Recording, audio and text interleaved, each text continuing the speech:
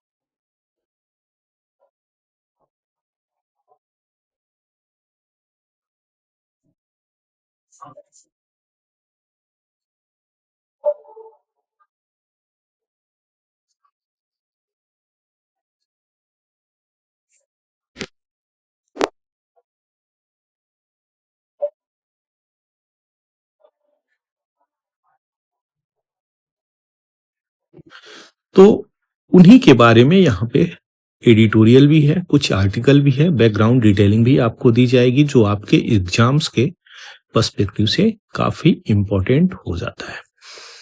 तो इस चीज को देखी जाएगी, बैकग्राउंड डिटेलिंग को देखी जाएगी। मनमोहन सिंह की जो कार्यप्रणाली है उनको देखा जाएगा, क्या क्या उन्होंने भारत में अपनी अतुल्य योगदान, इनक्रेडिबल कंट्रीब्यूशन को दिया है, वो चीजें देखी जाएंगी और सारी चीजें फैक्ट्स फिगर के रूप में भी देखी जाएंगी। एडिटोरियल जो दी गई है उसको भी देखी जाएगी।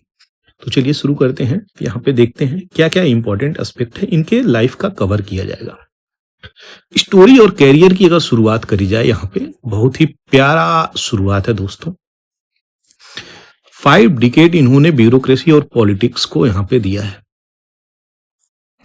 1954 में इकोनॉमिक्स पंजाब यूनिवर्सिटी में इन्होंने मास्टर किया, पंजाब यूनिवर्सिटी भारत के पंजाब प्रांत से। उसके बाद 1957 में इकोनॉमिक्स कैम्ब्रिज यूनिवर्सिटी से ये किए। उसके बाद 62 में doctor of philosophy Oxford university से किए। अच्छा, ये ऑक्सफोर्ड यूनिवर्सिटी कहाँ पे है, कमेंट सेक्शन में जरूर से लिखिएगा। 1971 में आगे बढ़ते हैं, ये गवर्नमेंट को ज्वाइन करते हैं, ठीक है, और इकोनॉमिक एडवाइजर के रूप में कॉमर्स मिनिस्ट्री में कार्यरत होते हैं। 80 से 72 में आइए, इनको chief economic advisor finance ministry के रूप में नियुक्ति मिलती है, अपॉइंटमेंट किया जाता है। 1972 से कैरियर की शुरुआत अगर सही मायने में देखेंगे तो यहाँ पे निकल के आ रही है। 1980 से 82 पे ये मेंबर ऑफ प्लानिंग कमीशन भी रहते हैं। 82 से लेकर के 85 तक governor of the reserve bank of India भी ये रह रहे हैं। दूसरा जो अगर बात करें तो यहाँ पे 82-85 गवर्नर ऑफ आरबीआई रहे हैं। अब ये पोस्टेज देखिएगा, यहाँ से क्वेश्चंस अगर बनाना चाहेगा कोई भी एग्जाम्स में तो हर प्रकार से क्वेश्चंस बनाएगा कि ये किस किस पदों पे आसीन थे, और इनका टेनियर भी काफी इंपॉर्टेंट हो जाता है, जैसा कि इनका कंट्रीब्यूशन तो काफी प्रोमिनेंट है भारत के डेवलपमेंट वाले रोल में। 85 से 87 तक अगर देखेंगे तो ये deputy chairman of PC planning commission, जो आज नीति आयोग बना हुआ है, ठीक है, उसके भी थे। नेक्स्ट 1919 में आएंगे तो इनको advisor to prime minister on economic affairs, इन मुद्दों के लिए इनको एडवाइजर अपॉइंट किया जाता है। वहीं पे मार्च 1991 में आइएगा तो ये चेयरमैन ऑफ यूजीसी भी रहे हैं, यूनिवर्सिटी ग्रांट कमीशन। देखिए कितनी बड़ी बड़ी पोस्ट पे ये पहुंचे हुए हैं, कितनी पहुंची हुई पर्सनालिटीज है। 1991 में इलेक्ट किए जाते हैं राज्यसभा से ये मेंबर, तो री इलेक्ट हुए 95, 2001, 2007 और 2030 तक। 91 से 96 तक आइएगा तो finance minister PV Narasimha Rao के गवर्नमेंट के अंतर्गत एफएम का रोल भी प्ले करते हैं, जो फिनांस मिनिस्ट्री और बजट भी पेश करते हैं। 1998 से 2004 तक आएंगे तो लीडर ऑफ अपोजिशंस का भी रोल राज्यसभा में इन्होंने किया है। तो ये इंपॉर्टेंट है। ये एरा जो है ये प्राइम मिनिस्टर वाला एरा है 2004 से लेकर के 14 तक। इसके बाद आपके नरेंद्र मोदी साहब आते हैं। तो ये इनकी बैकग्राउंड डिटेलिंग हो गई। अब अचीवमेंट देखा जाए कि इनका कंट्रीब्यूशंस क्या था। ये तो पदासीन थे, क्या क्या इन्होंने किया। मनमोहन सिंह का कंट्रीब्यूशन भारत के लिए क्या है दोस्तों, वो हम सबसे छिपा नहीं है, पूरे देशवासियों से नहीं छिपा है। तो इन चीज को हम लोग देखेंगे क्योंकि एग्जाम्स का पर्सपेक्टिव इसी बैकग्राउंड डिटेलिंग से आएगा। तो यहाँ पे आप जब देखेंगे तो आपको मिलेगा कि ये फिनांस मिनिस्टर के रूप में इस सन को कार्यरत थे, जो ये इकोनॉमिक लिबरलाइजेशन, प्राइवेटाइजेशन और ग्लोबलाइजेशन को लेकर के आते हैं 1991 में। तो जिसके कारण हमारी भारत की अर्थव्यवस्था को ओपन इकोनॉमी कर दिया जाता है। पहले हम लोग क्या थे, क्लोज्ड इकोनॉमी थे। आज ओपन इकोनॉमी से आगे बढ़ के हम लोग मिक्स इकोनॉमी की तरफ बढ़े हैं। तो ये चीजें याद रखिएगा, भारत आज मिक्स्ड इकोनॉमी है। तो हम लोग के यहाँ पे ग्लोबल मार्केट आने शुरू हो गए। मतलब क्या हुआ ग्लोबल मार्केट्स आने का, जैसे ही हम लोगों की इकोनॉमी ओपन हुई, पहले क्या थी, क्लोज्ड इकोनॉमी थी। हम लोग अलाउ नहीं करते थे बाहर के लोगों को, तो एफडीआई आती नहीं थी, जिसके कारण अच्छा से डेवलपमेंट भी नहीं हो पाता था। तो हर प्रकार से चीजें बाधित होती थी। तो इन्होंने ही ओपन मार्केट यहाँ पे लाया और मिक्स ओपन इकोनॉमी भारत की है। तो ग्लोबल मार्केट आने की वजह से यहाँ पे एफडीआई का भरमार हुआ है। आज के डेट में जो इतना सिंगापुर और मॉरिशस से एफडीआई दौड़ दौड़ के आ रही है, वो इन्हीं का देन है भाइयों, ये चीजें याद रखिएगा। और इन्होंने टैरिफ की कमियां भी की, आईएमएफ के साथ डीलिंग भी हुई थी, तभी ये चीजें हम लोगों को प्राप्त हुई। डी रेगुलेशन लेकर के आए, इंडस्ट्री में इतनी सारी नियम शर्तें कानून थी कि कोई भी सेटअप नहीं करने वाला था इंडस्ट्री को, और इंडस्ट्री में बहुत सारा प्रॉब्लम भी निकल के आ रहा था। अभी भी बहुत सारी प्रॉब्लम है, उसको रिजॉल्व करना पड़ेगा धीरे धीरे। लेकिन जो उस वक्त सबसे ज्यादा रिजिड थी कि लाइसेंस राज बोला जाता था। बिना लाइसेंस के आप कुछ खोल ही नहीं सकते। तो जब कुछ खोल ही नहीं पाइएगा आप बिना लाइसेंस के, बिना किसी भी अथॉरिटी के चीजें के, तो यहाँ पे कैसे देश डेवलप करेगा। तो यहाँ पे डी लाइसेंसिंग किया इन्होंने, जिसके कारण बहुत तीव्र गति से भारत यहाँ पे आगे बढ़ा। और ये जो आज के डेट में हम लोग डबल डिजिट में आगे बढ़ रहे हैं ना, ये इन्हीं का नींव रखा हुआ है, इसमें कोई दो राय हो ही नहीं सकता। फॉरेन इन्वेस्टमेंट दौड़ के भारत में आया। Architect of India economic liberalisation इन्हीं को कहा जाता है, जो कि जैसा कि सभी लोग जानते हैं। उसी से रैपिड ग्रोथ भारत का हुआ है। आने वाले कुछ डिकेड में जो अभी चल रहा है, ये इसी सब का ही करामात है किया हुआ, जो आज के समय में लोग बैठ के हम लोग काट रहे हैं। डीलिंग विथ इकोनॉमिक क्राइसिस, याद करिए ग्लोबल इकोनॉमिक क्राइसिस 2008 में आया था। बहुत भयंकर ये क्राइसिस था। अमेरिका का तो पल्ला साफ हो गया था इस क्राइसिस में, समझ गया। तो उससे भी बचा करके लेकर के गए ये, और ये बैलेंस ऑफ पेमेंट क्राइसिस, इन सब चीजों से बचा करके लेकर के गए। आईएमएफ का भी रोल यहाँ पे इंपॉर्टेंट हो जाता है। तो इन सब चीजों को डील किया है कौन, मनमोहन सिंह जी ने। क्योंकि यहाँ पे जब एलपीजी रिफॉर्म आई थी तो भारत में भी कुछ हद तक वो इम्पैक्ट किया था।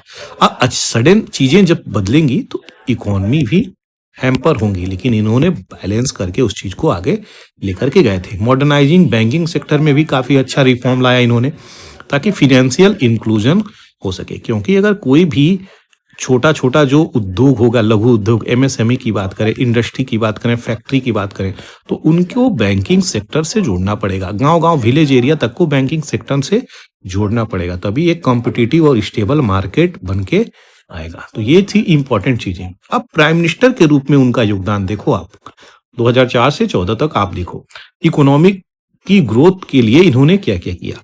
तो यहाँ पे इकोनॉमिक ग्रोथ में अतुलनीय योगदान, जीडीपी ग्रोथ रेट अच्छे से बढ़ी 9% तक, जो कि बहुत ही स्ट्रांग मानी जाती है। चाइना तो बहुत ही कभी कम है।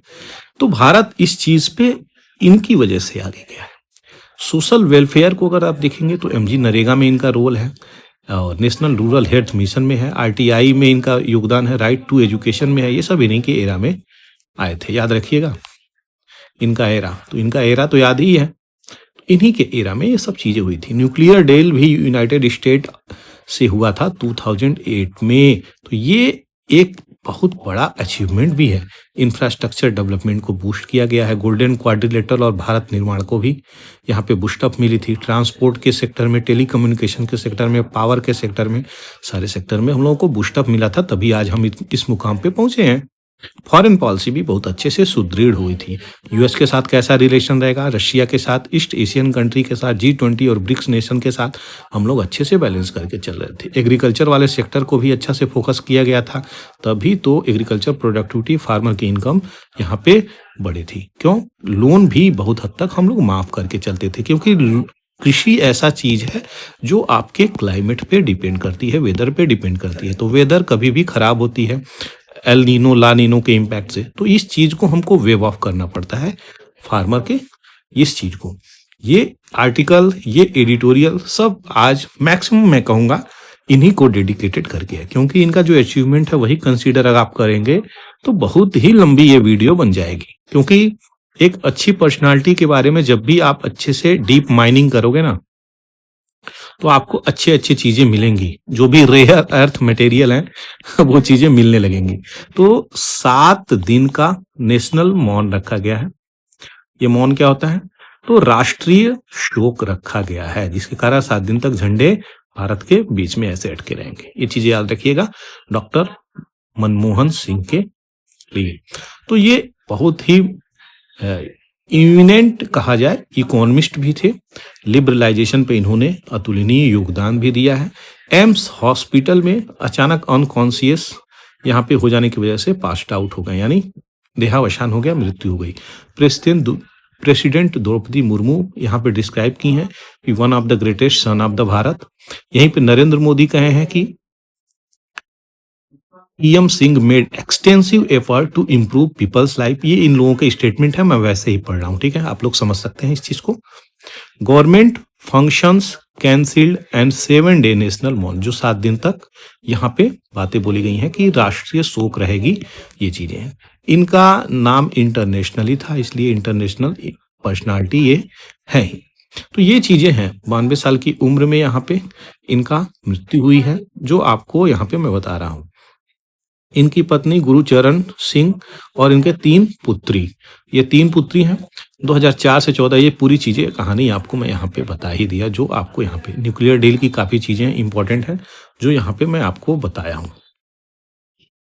तो इनका योगदान आपको समझ में आ रहा होगा। अब थोड़ा सा और अंदर चल के देखा जाएगा कि इनकी जो इंपॉर्टेंट चीजें थी वो क्या है। तो मनमोहन सिंह जो है पीवी नरसिम्हा राव के समय में ये इकोनॉमिक रिफॉर्म लाते हैं, ठीक है, जिसके कारण भारत जैसे LPG, liberalisation, privatisation and globalisation की रिफॉर्म लाने की वजह से भारत की जीडीपी बढ़ने लगती है। तो ये इन्हीं के अंतर्गत ये कार्य हुई थी। प्राइम मिनिस्टर कौन थे उस समय? पीवी नरसिम्हा राव। मनमोहन सिंह और सोनिया गांधी यहाँ पे 2004 में जो गवर्नमेंट फॉर्म हुई उसका यहाँ पे लेटर और सपोर्ट दिखाते हुए नजर आ रहा है। एक प्यारा सा पिक्चर आप देख सकते हैं दोनों लोगों का। यहाँ पे आज के नरेंद्र मोदी की अगर बात करें तो जब ये गुजरात के चीफ मिनिस्टर थे तब इनकी मीटिंग हुई थी यहाँ पे प्रधानमंत्री मनमोहन सिंह जी से। तो ये इंपॉर्टेंट पिक्चर है, कुछ यहाँ पे शेयर हुआ है। यहाँ पे जॉर्ज डब्ल्यू बुश, ठीक है, और आपके प्रधानमंत्री मनमोहन सिंह उस समय, जो यहाँ पे स्पेशल बॉन्ड रिजेंबल करता है इन दोनों के बीच में, बहुत अच्छी बॉन्डिंग भी थी। तो भारत की इकोनॉमी में अपनी अतुलनीय योगदान देने के बाद भी यहाँ पे एक बहुत ही अच्छे पर्सनालिटी, जेंटलमैन के रूप में, चाहे इकोनॉमिक्स हो गई, चाहे पॉलिटिक्स हो गई, चाहे सोशल लाइफ हो गई, चाहे एक ह्यूमन बिहेव की हम बात करें, हर फील्ड में इनका एक अतुलनीय योगदान है। समाज को तो अतुलनीय योगदान दे करके ही गए हैं, बहुत अच्छी पर्सनालिटी भी यहाँ पर ये थे। तो इनका सफर बहुत ही प्यारा रहा है दोस्तों। आरबीआई गवर्नर से लेके नीति आयोग के चेयरमैन से लेकर के एफएम तक, फिनांस मिनिस्टर से लेकर के पीएम तक, हर प्रकार से ऊंचे पदाधिकारी ये रहे हैं और ब्यूरोक्रेसी से निकल करके यहाँ पर कहाँ तक पहुंचे हैं? प्रधानमंत्री की कुर्सी तक यहाँ पे पहुंचे हैं। अब बात आती है थोड़ी सी क्रिटिसाइज की, ठीक है।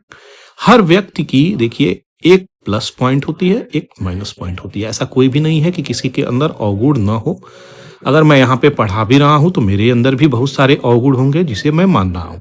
दूसरी बात, मैं पढ़ा रहा हूं तो इतना काबिल हूंगा ही कि कम से कम 90% चीजें आपको अच्छे से पढ़ा रहा हूं होऊंगा। तो लेकिन मेरे अंदर भी कुछ कमियां हो सकती हैं जिसे मैं एडमिट कर रहा हूं। इसी प्रकार से अगर ये प्रधानमंत्री थे और अच्छे प्रधानमंत्री थे तो इनकी भी कुछ कमियां होंगी प्लस, और कुछ नाकामियां भी होंगी।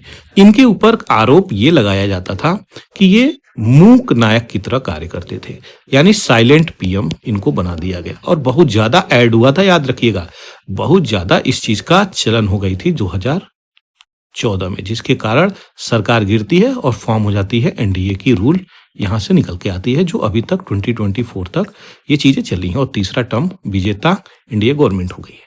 तो यही पूरी कहानी थी जो मुझे इनकी डिटेलिंग आपको बतानी थी। आशा करते हैं चीजें आपको समझ में आई हैं।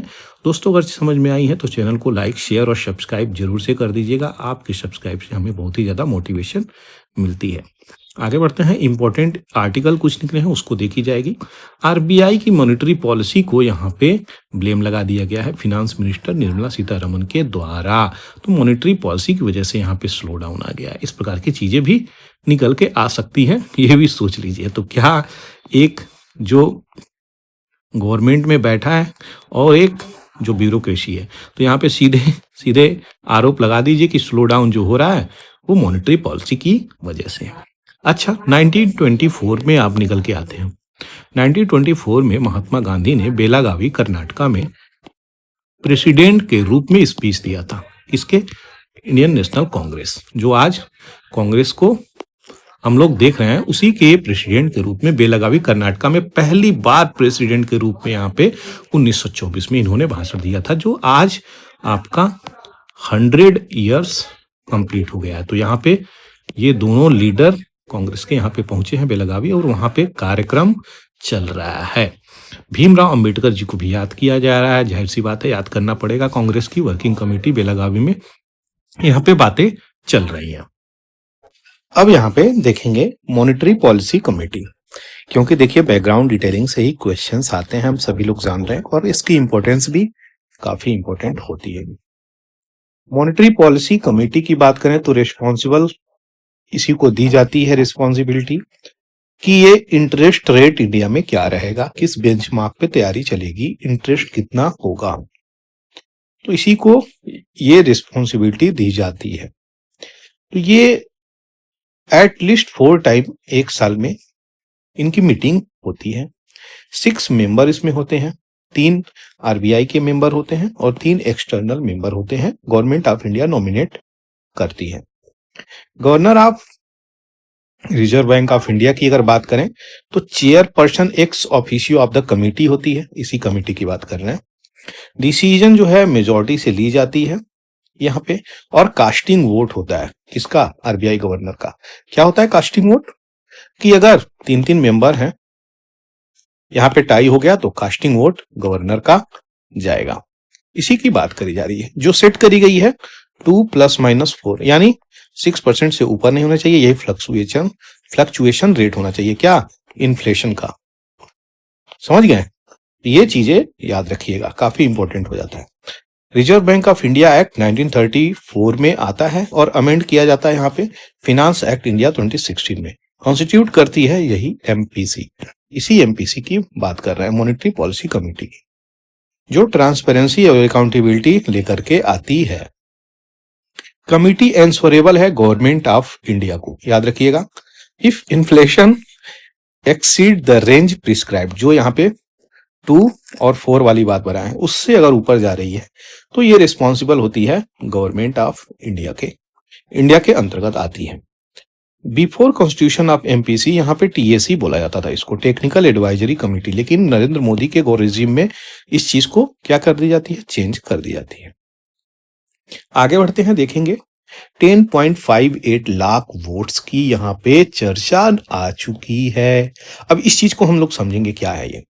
तो 10.58 लाख वोट्स यहाँ पे रिजेक्ट कर दिए गए हैं इसी लोकसभा 2024 वाले इलेक्शन में, जो कितना बड़ा वोट नंबर है। यहाँ पे आप 2024 की लोकसभा के इलेक्शंस को आप देखेंगे तो आपको क्या मिलेगा? बहुत सारे ऐसे कैंडिडेट हैं दोस्तों, जो यहाँ पे 1000 वोट्स, 5000 वोट, 6000 वोट, 10,000, 30,000, 50,000, इस प्रकार से वोट से जीतने वालों की संख्या बहुत ज्यादा है। ये बात याद रखिएगा, बहुत कम कम मार्जिन से लोगों की विक्ट्री हुई है। तो ये इतना बड़ा नंबर है, ऑलमोस्ट 11 लाख मैं कह रहा हूं इसको। ये वोट अगर कंसीडर होती तो क्या कुछ और भी चीजें हो सकती थी? तो ये भी सोचने योग्य बातें हैं। प्लस गुजरात में तो एक सीट ऐसी भी थी जहां पे बिना कोई अपोजिशंस के ही उसे घोषित कर दिया गया है। तो ये चीजें याद रखिएगा, ऐसी चीजें हुई हैं। इलेक्शन कमीशन ऑफ इंडिया को संज्ञान में लेना चाहिए और यहाँ पे न्यूट्रल होकर के ट्रांसपेरेंट तरीके से अपने कार्य को एग्जीक्यूट करने की रिस्पॉन्सिबिलिटी किसकी है? इलेक्शन कमीशन ऑफ इंडिया की है। क्यों? क्योंकि ये एक कॉन्स्टिट्यूशनल बॉडी है। आगे बढ़ते हैं, यहाँ पे देखेंगे कुछ इंपॉर्टेंट तथ्य। तो स्टैचू ऑफ महात्मा गांधी को अनवील किया गया है, यहाँ पे देख सकते हैं, और ये वीरा सौधा में ये चीजें हुई हैं। तो कर्नाटका के चीफ मिनिस्टर सिद्धारमैया जी अनवील किए हैं महात्मा गांधी की स्टैचू। ये कहाँ पे? मेमोरियल बेलागावी वीरा सौधा में। तो ये चीजें याद रखिएगा। 1924 में, जैसा कि आपको अभी मैं बताया पहले ही,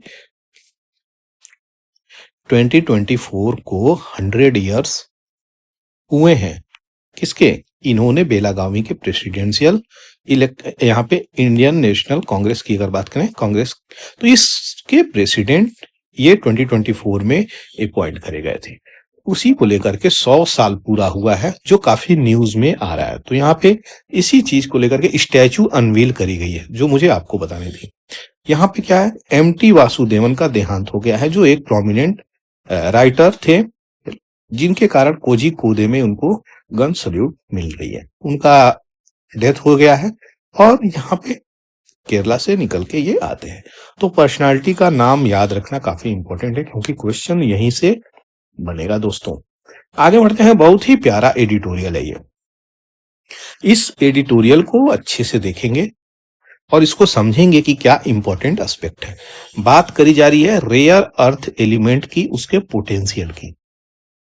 इसमें कजाकिस्तान का क्या रोल है, भारत का क्या रोल है, चाइना कैसी अपनी चीजों को लेकर के चल रहा है, इन चीजों को यहां पर देखने की जरूरत है और देखा भी जाएगा। तो इसकी नोट्स वाइज यहां पे चीजें आपको प्राप्त होंगी। रेयर अर्थ एलिमेंट ई।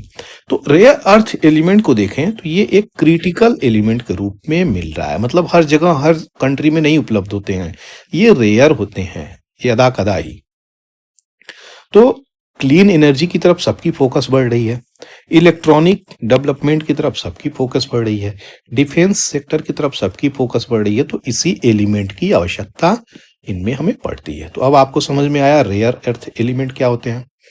ग्लोबल डिमांड तीव्र गति से बढ़ रही है इसकी, जिसके कारण हम लोग रिन्यूएबल एनर्जी पे शिफ्ट होने के लिए व्याकुल हैं। तो वर्ल्ड की जो कार्बन इमिशन है, ठीक है, कार्बन इमिशन को कम करने के लिए हमें इस चीज पे फोकस करना पड़ेगा। इंडिया की बात करें तो 5th लार्जेस्ट होल्डर है REE की, और यहाँ पे डिपेंड करती है हैवली चाइना पे। किस चीज के लिए? रेयर अर्थ मटेरियल के लिए हम लोग चाइना पे डिपेंड करते हैं और इंपोर्ट भी करते हैं। बहुत सारे हम लोगों का एक एडवांस एक्सट्रेडिशन टेक्नोलॉजी जो है, इसमें बहुत सारी कमियां हैं, हम लोग इसको यूटिलाइज भी सही से नहीं कर रहे हैं। तो ये प्रॉब्लम निकल के आ रही है। चाइना की डोमिनेंस अगर देखें ना रेयर अर्थ सेक्टर में, तो ये चीजें क्या निकल के आएंगी? ये इसकी कंप्लीट डोमिनेंसी है, जिसके कारण टेक्नोलॉजिकल डेवलपमेंट, कोई भी प्रोडक्ट ये बना रहा है, चिप सेट से लेकर के हर प्रकार से, तो ये इसी के सहायता से बना रहा है। तो हम लोग तो उसको एक्सट्रैक्ट नहीं किए, एक्सप्लॉइट नहीं किए, रेयर अर्थ मटेरियल या एलिमेंट कह लीजिए। इसी की वजह से भारत की जो टेक्नोलॉजी है उसमें बहुत ज्यादा डेवलपमेंट भी नहीं आया। और यहीं पे अगर चाइना की हम बात करें तो पूरा का पूरा चाइना को अगर देखेंगे तो उसके पास इसको दोहन करने की क्षमता, टेक्नोलॉजी और हर प्रकार से वर्कफोर्स भी है। तो इस चीज का अगर देखें तो over 30% of the global RE reserve, और जो 70% प्रोडक्शन है, 30% तो अकेले का है और 70% प्रोड्यूस कर ही दे रहा है। तो भाई इसकी GDP तो आप देख रहे हैं कैसे बढ़ रही है तीव्र गति से। एक ही कंट्री है विश्व में जो इसकी GDP को टक्कर दे रही है, वो क्या है? USA। इंडिया की बात करें तो यहाँ पे 60% यहाँ पे इंपोर्ट कर रहा है, चाइना से। क्या कर रहा है? REE, rare earth element. China use करता है डोमिनेंस, ये कंट्रोल और सप्लाई पे, कि किस प्रकार से किसको देंगे नहीं देंगे, ये सब एक प्रकार से।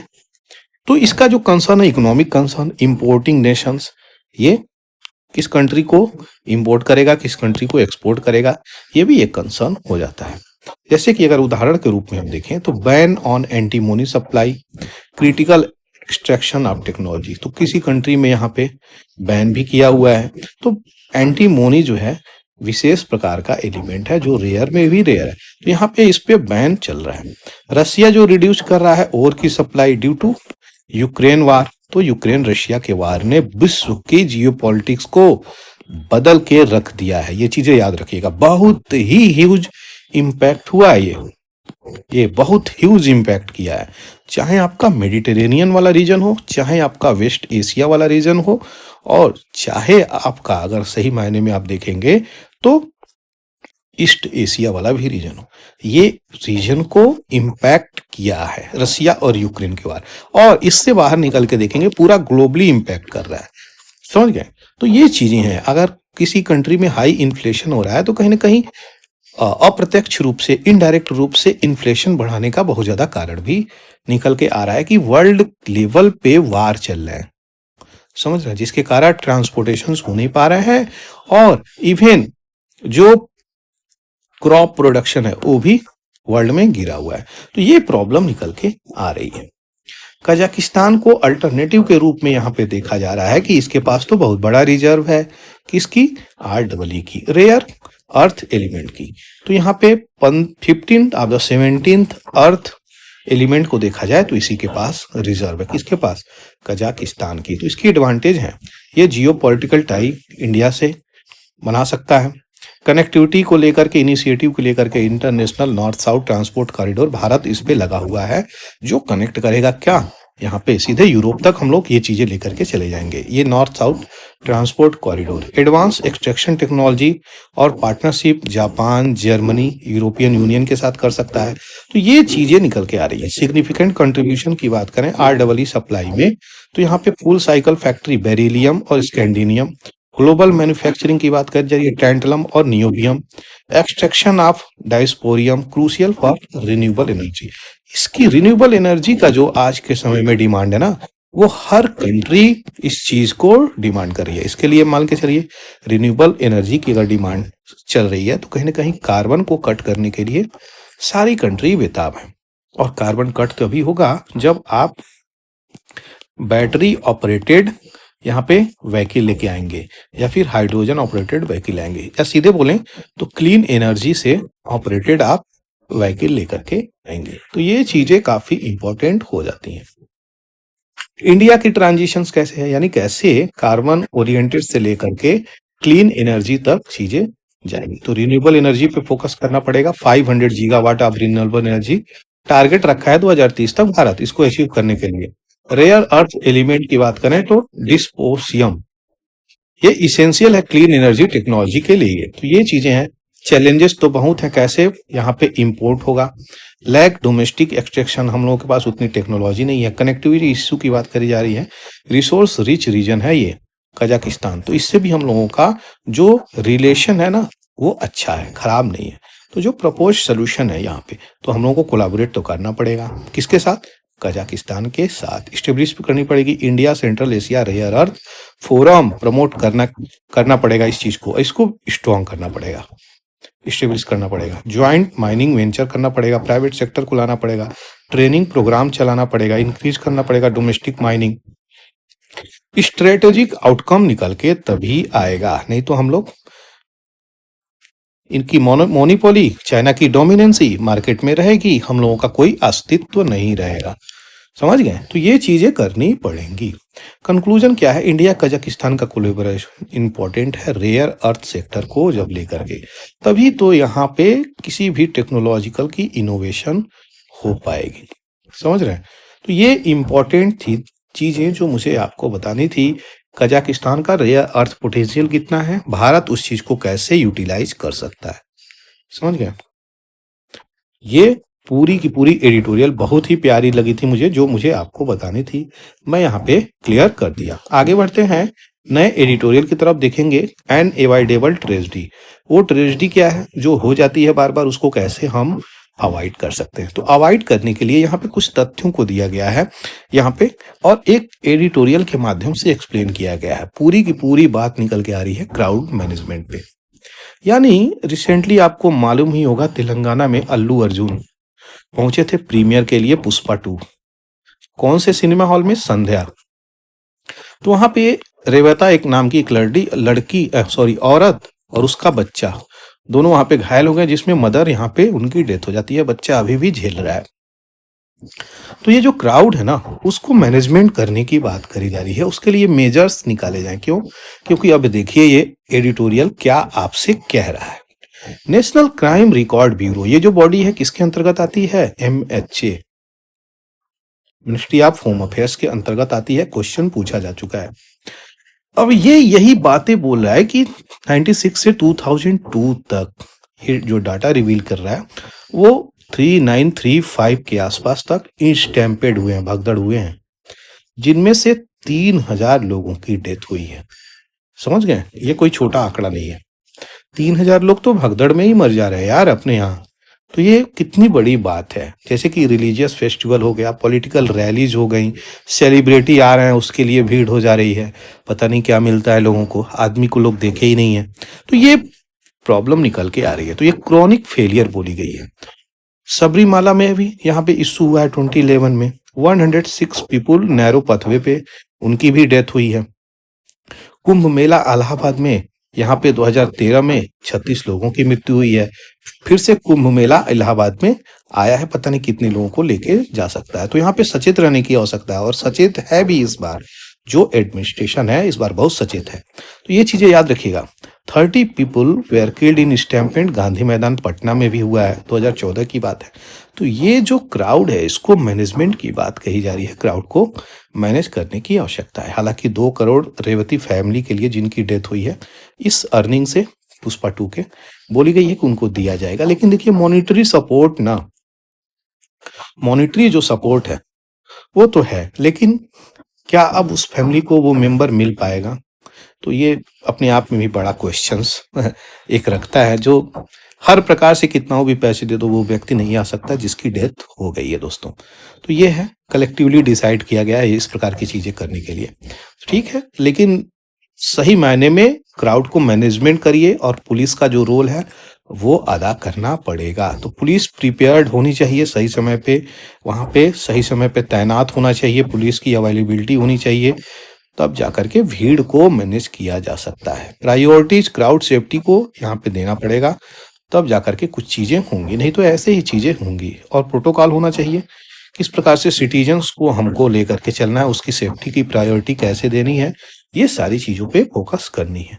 तो यही थी इस एडिटोरियल की पूरी डिटेलिंग जो मुझे आपको प्रोवाइड करनी थी।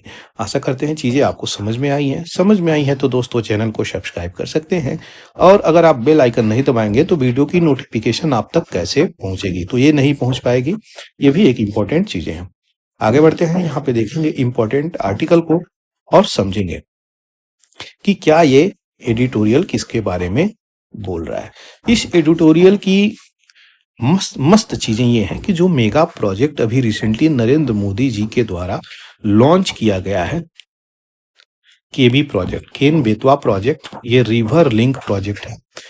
तो केन से निकाल के पानी बेतवा में डाला जाएगा, और बेतवा वाले रीजन जो बुंदेलखंड का रीजन है, उस रीजन में जो सूखा एरिया है, उस एरिया में क्या होगा? हर हरी आएगी, हर हरी, समझ रहे हैं? जिसके कारण वो कहां से गुजर रही है? तो पन्ना नेशनल पार्क से गुजर रही है। पन्ना नेशनल पार्क से गुजर रही है, तो यहाँ पे जो कैनाल सिस्टम बनाई जाएगी, जो रिवर इंपाउंड कर रहे हैं, उसकी वजह से 2 पार्ट में दोनों को डिवाइड कर देगी। तो इधर के एनिमल और ह्यूमन इधर हो जाएंगे, इधर के एनिमल और ह्यूमन इधर हो जाएंगे। तो ग्रीनरी तो आ जाएगी, कोई डाउट नहीं है। लेकिन भैया इधर ह्यूमन सेटलमेंट भी है, एनिमल सेटलमेंट भी है।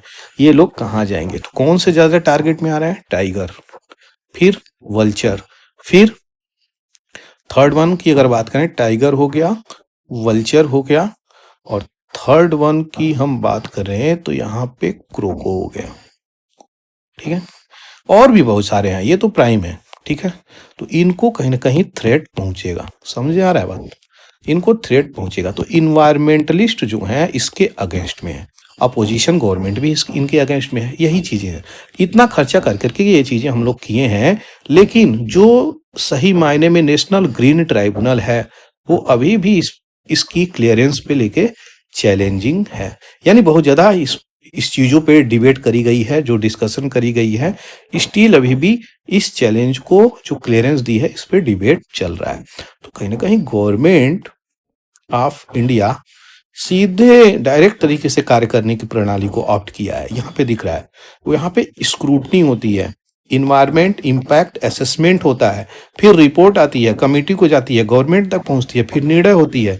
इस प्रकार से चीजें होती हैं, सारी चीजें काट दो भैया, सीधे डिसीजन ले लो, ये चीजें चल रही हैं। तो ये कहाँ पे होगा, केवल केवल इन्वेस्टमेंट के चक्कर में लेकर के यहाँ पे चीजें हो रही हैं, और जो टाइकून क्लास है, बिजनेस क्लास है, उसको यहाँ पे फायदा पहुंचाने का भी कार्य हो जाएगा।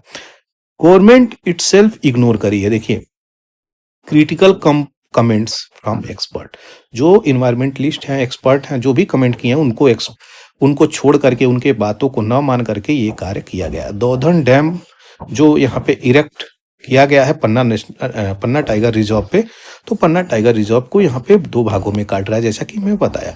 ये डैम काफी इंपॉर्टेंट है, इसकी डिटेलिंग भी मैं पिछले वीडियो में दिया था। स्क्रूटनी सही से हुई नहीं। हाइड्रोलॉजिकल डाटा की बात करें यहाँ पे, तो बहुत ही ज्यादा सेंसिटिव और बहुत ही ज्यादा जो इम्पोर्टेंट इंटरनेशनल गंगा बेसिन का रीजन है वो यहाँ पे निकल के आ रहा है। इस इश्यू को आप देखेंगे तो यहाँ पे यही चीजें मैं बताने का प्रयास कर रहा हूँ कुल मिला करके, कि जो आपका एरिया है कौन सा, ये वाला, इस एरिया का बात कर रहे हैं, बुंदेलखंड वाले रीजन पे ये फोकस कर रहे हैं कि हम यहाँ पे कई लाख लोगों को सही मायने में क्या देंगे, प्रोडक्टिविटी देंगे, फार्मर की उनकी इनकम को बढ़ाना है। लेकिन उन फार्मर का, उन ट्राइबल पीपुल का क्या, जो यहाँ पे डिसलोकेट होंगे, एक जगह से इनके हैबिटेट लॉस हो गई, आखिर में डैम बनेगी तो यहाँ पे डूबेगा ही डूबेगा एरिया। तो एनिमल तो भाई कहीं भी मरेंगे चाहे भगेंगे, उसका जो परवाह नहीं कर रहे हैं गवर्नमेंट, वो तो मैं नहीं कर रहा हूँ, अभी ह्यूमन की हम बात करेंगे केवल। तो ह्यूमन लोग कहाँ जाएंगे, उनको उनका रिहेबिलिटेशन अच्छे से होना चाहिए, उनको सही मायने में मिलना चाहिए, उनका होम मिलना चाहिए, लैंड मिलना चाहिए, रिसोर्स मिलना चाहिए, मुआवजा मिलना चाहिए, कंपेंसेशन, ये सब चीजें उन्हें प्राप्त होनी चाहिए, तभी तो ये चीजें निकल के आएंगी। तो ये जो चीजें आपको बता रहे हैं, केवल रिवर लिंक बहुत बड़ा कोई अचीवमेंट नहीं होगा अल्टिल अनलेस जब तक अच्छे से रिहेबिलिटेशन नहीं होगा। तो ये चीजें समझना पड़ेगा। बेतवा, केन और बेतवा का रिवर की बात करें तो बेतवा रिवर जो है पानी कम यहाँ है, तो केन से निकल के बेतवा में निकल के आएगा, क्योंकि यही वाला रीजन ड्रॉट वाला रीजन है। तो ये सेडिमेंटेशन पैटर्न, इन सब चीजों को आप देखेंगे तो ये नेचुरल स्टोरेज है, जो केन से निकल करके बेतवा में जल निकाला जाएगा, क्योंकि उसको इस वाले रीजन में क्या देना है, इस वाले रीजन में वाटर देना है। तो केन से निकाल करके बेतवा की तरफ डाला जाएगा, और इसी बुंदेलखंड वाले रीजन में, ठीक है, इसी बुंदेलखंड वाले रीजन में फिर से हरियाली आने की बात कही जा रही है। वाटर डेफिशिएंट वाले रीजन में पानी डाली जाएगी, तभी तो वहां पे हरियाली आएगी इस रीजन में, बुंदेलखंड वाले रीजन में। तो responsibility, cost of mitigation, adverse consequences की अगर बात करें तो इस प्रकार से प्रोजेक्ट को लेकर के चला गया है। इन्वायरमेंटलिस्ट की बातों को नहीं माना गया है, एक्सपर्ट की ओपिनियन को कंसीडर नहीं किया गया है। पार्वती काली सिंधी चंबल लिंक इसी प्रकार से भी ये पीपुल के ऊपर थोप दी गई है, जो रिसेंटली लॉन्च हुई है। तो ये भी चीजें समझ सकते हैं आप। केन बेतवा रिवर लिंक का प्रोजेक्ट की अगर बात करें तो यहाँ पे मैं डिटेलिंग दिया हूँ, शॉर्ट नोट्स के रूप में आप देख सकते हैं, क्योंकि पिछले ही वीडियो में अच्छे से मैं इसको एक्सप्लेन किया था। तो आशा करता हूँ ये चीजें आपको समझ में आई होंगी। अब आगे बढ़ते हैं, यहाँ पे बहुत ही इंपॉर्टेंट चीजें हैं, इस चीज को देखा जाएगा। एक टर्म है, कई प्रकार से न्यूज में रहती है, चिल्लईकरण। इस चिल्लईकरण की शुरुआत तब होती है दोस्तों जब हैवी बर्फबारी होती है, समझ गए, हैवी बर्फबारी होती है किस वाले रीजन में, नॉर्दर्न बेल्ट में, खास करके लद्दाख, श्रीनगर, जम्मू कश्मीर, जिसके कारण वहां के जो नदियां हैं वो जम जाती हैं। एक लड़का है और इसने बर्फ की शीट्स को उठाए हुए हैं। तो ये चिल्लईकरण क्या है? ये चिल्लईकरण लगभग 40 दिन का कोल्ड स्पेल रीजन माना जाता है, जो दिसंबर 21 से शुरुआत हो गई है। इसी को चिल्लईकरण बोलते हैं। तो एक रीजन है 40 दिन का, और यहाँ पे 5 डिकेड में लगभग 50 सालों में -8.5 डिग्री सेल्सियस तक कोल्डेस्ट दिसंबर माना गया है। तो यहाँ पे ये चीजें निकल के आ रही हैं श्रीनगर में। तो श्रीनगर में 8.5 तक पहुंचा है, जो 50 सालों में यहाँ पे इस चीजें नहीं पहुंची थी। तो ये कहानी निकल के आ रही है। चिल्लईकरण को एक्सप्लेन कर दिया, जो वहां की टर्मिनोलॉजी में इस चीज को बोली जाती है। बहुत ठंडी आती है तो ये चीजें बोली जाती हैं। 40 दिन का इसका टाइम पीरियड होता है। आगे बढ़ते हैं। बहुत ही इंपॉर्टेंट ये आर्टिकल है, बहुत ही प्यारा आर्टिकल है। इसको समझाऊंगा मैं और अच्छे से आपको समझाऊंगा, अच्छे से आपको समझ में भी आएगा।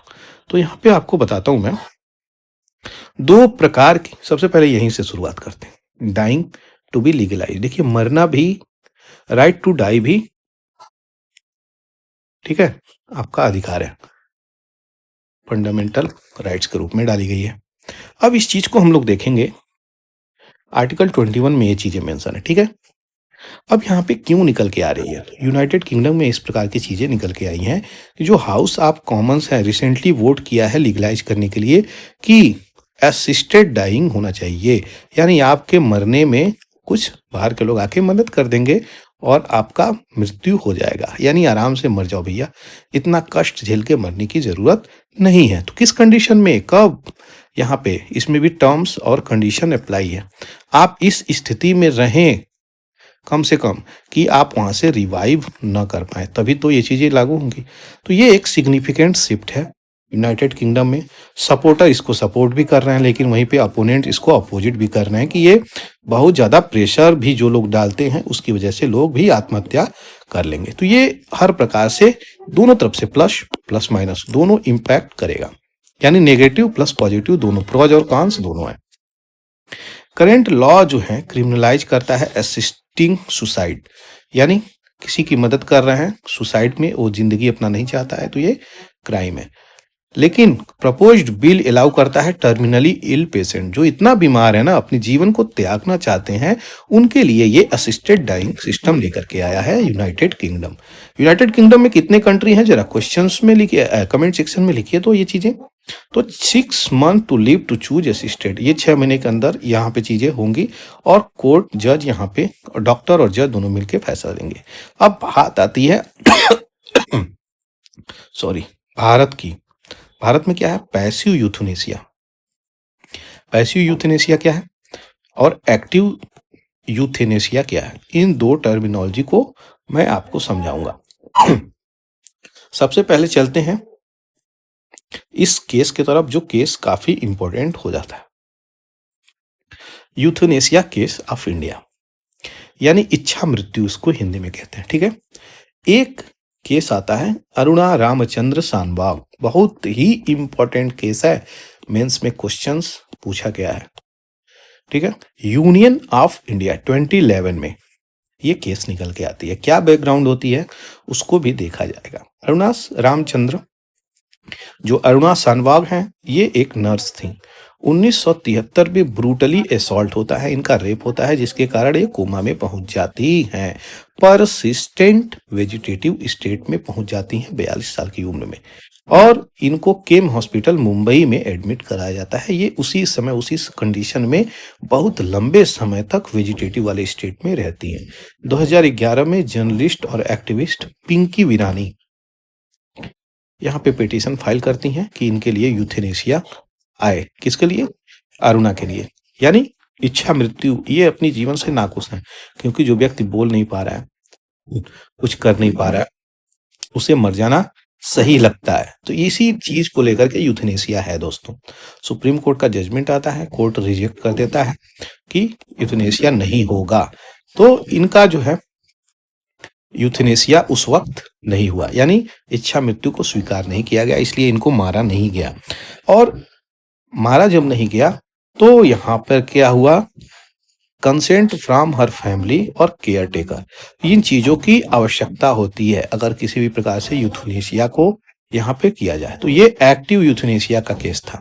एक्टिव यूथनेशिया मतलब आपका कुछ चीजें चल रही हो और कुछ चीजें काम नहीं कर रही हो और आप थोड़ा बहुत दिमाग से सोच समझ सकते हैं, तो ये चीजें निकल के आ रही हैं।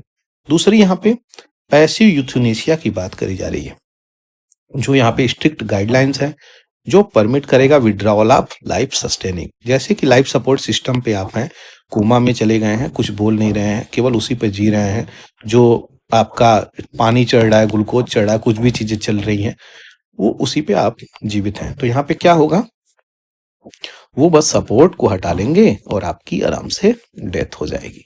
यही चीजें यहाँ पे बोली जा रही है। इसी को पैसिव यूथनेशिया बोला गया है। जो टर्मिनली इल पेशेंट हैं वहां पे इसको लागू होता है, तो ये अलाउ करता है और इसको रिजेक्ट कर देता है। तो गाइडलाइंस रिक्वायर करी गई है, यहाँ पे अप्रूव करी गई है हाई कोर्ट के द्वारा, और मेडिकल रिकमेंडेशन भी होना चाहिए, यानी डॉक्टर के प्रेजेंस में ही, जज के प्रेजेंस में ये चीजें होंगी। इम्पैक्ट केस की अगर बात करें तो एक्टिव यूथनेशिया अभी भी यहाँ पे अलग है, ये चीजें याद रखिएगा, अलाउ नहीं करी जाती है। लेटर डेवलपमेंट ये केस होता है अरुणा सनबाग जजमेंट। यही केस निकल के बाद में 2018 में आता है common cause versus union of India case, और सुप्रीम कोर्ट यहाँ पे right to die with dignity लेकर के आती है। कब? 2018 में आर्टिकल 2021 के अंतर्गत, और इसको लीगलाइज करती है कि भैया पैसिव यूथनेशिया अब हम अलाउ करते हैं। तो ये चीजें क्लियर हो गई। अब उस पर्सनालिटी का देखिए जिस पर्सनालिटी को यहाँ पे ब्रूटली रेप किया गया था और मारा गया था, जिसके कारण ये कोमा में चली गई थी। ये इन्हीं को लेकर के पिंकी यहाँ पे क्या नाम है, पिंकी वीरानी इन्होंने यहाँ पे फाइल करा था।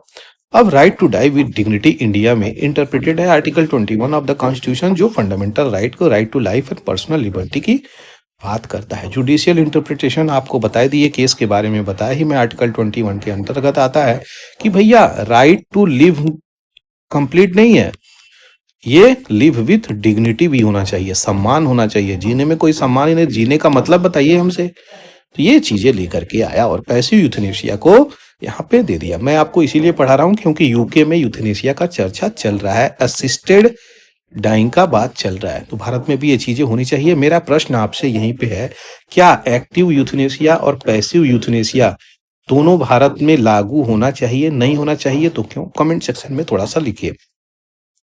डिस्टिंक्शन होना चाहिए लाइफ और डेथ में, यहाँ पे कोर्ट इम्फेसाइज किया ये बातें।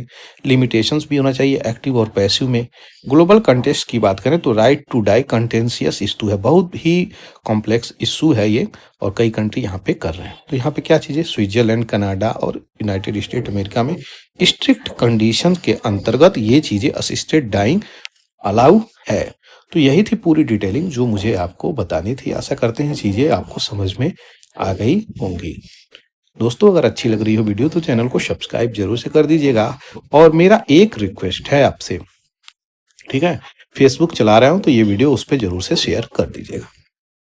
आगे बढ़ते हैं, यहाँ पे देखेंगे बहुत प्यारा आर्टिकल है, नेक्स्ट उस चीज को देखा जाएगा।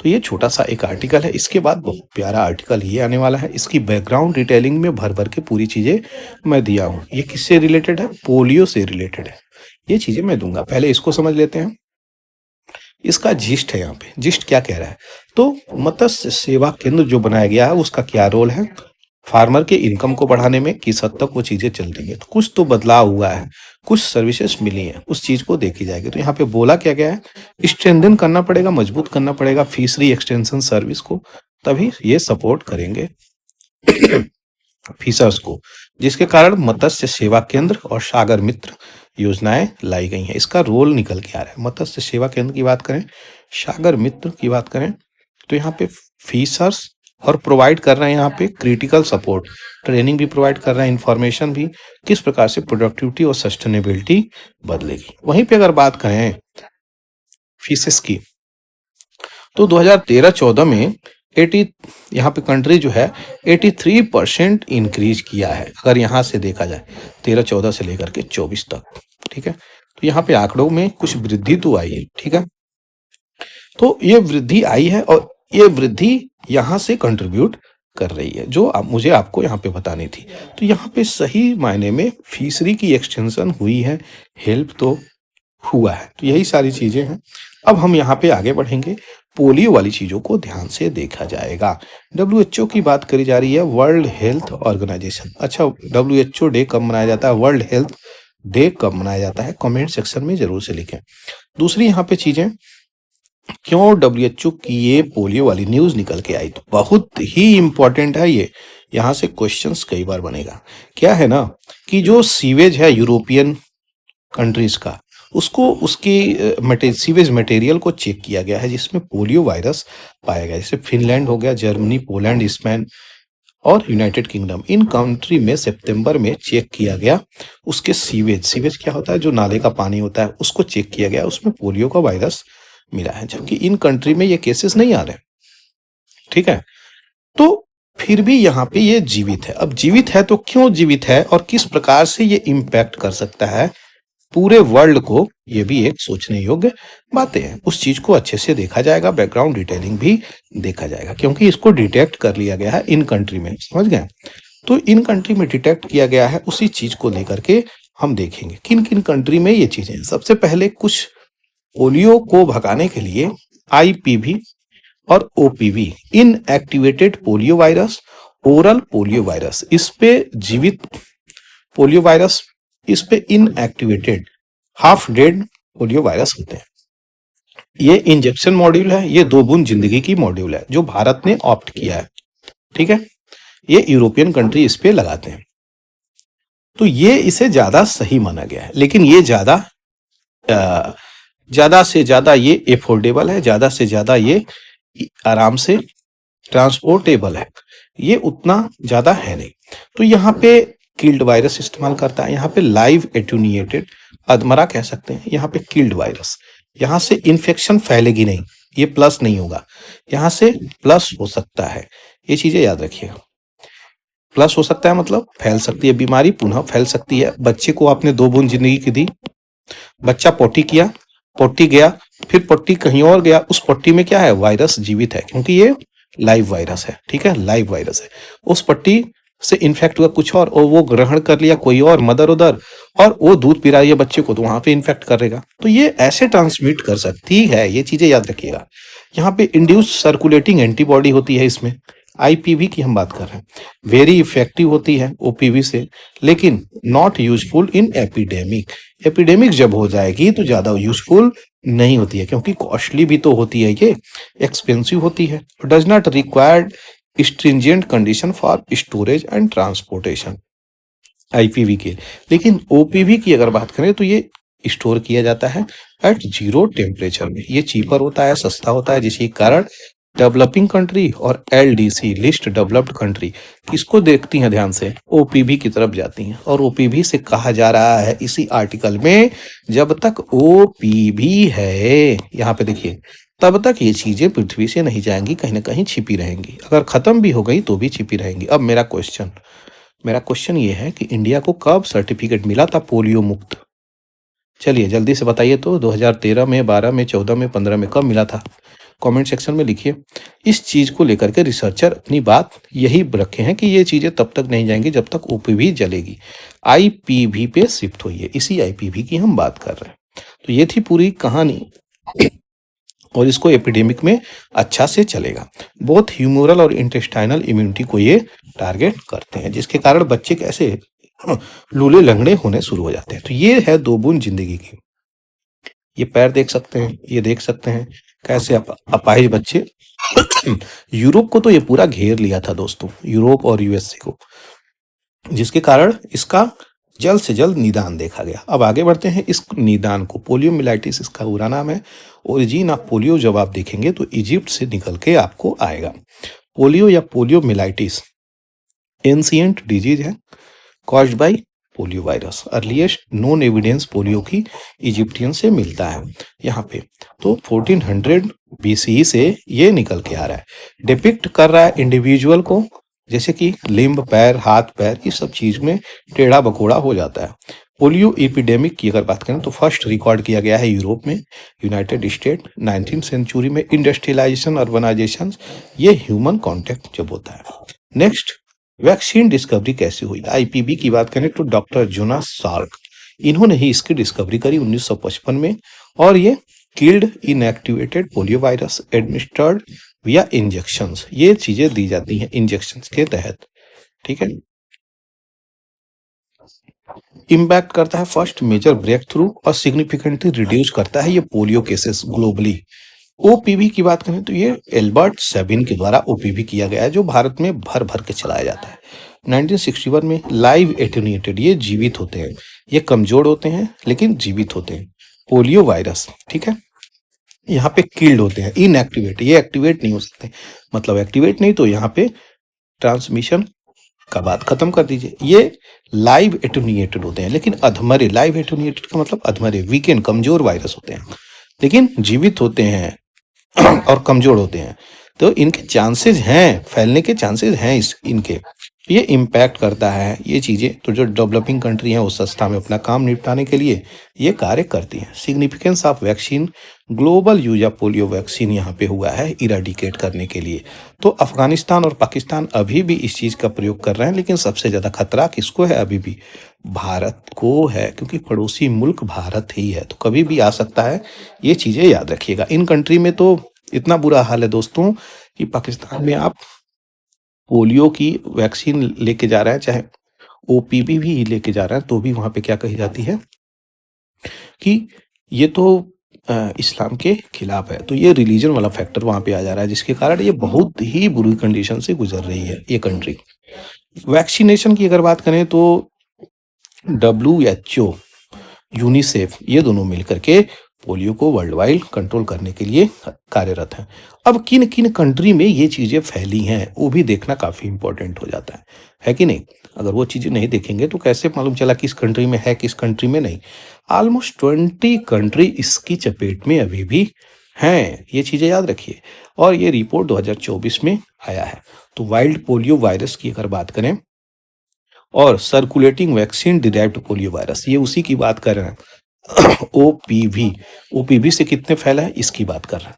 लेकिन यहाँ पे वाइल्ड पोलियो वायरस की अगर बात करें तो बस 2 कंट्री निकल के आ रही हैं वाइल्ड पोलियो वायरस, अफगानिस्तान और पाकिस्तान बुरी तरीके से इससे प्रभावित हैं, ठीक है।